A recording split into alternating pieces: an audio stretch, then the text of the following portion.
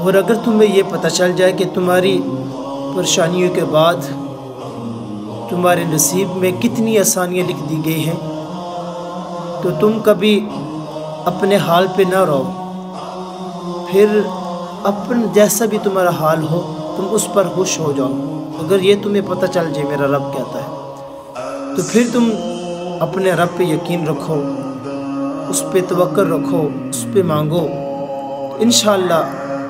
ہماری تمام پریشانیاں ایک دن آئے گا، رب تعالیٰ ہمیں آزماتا ہے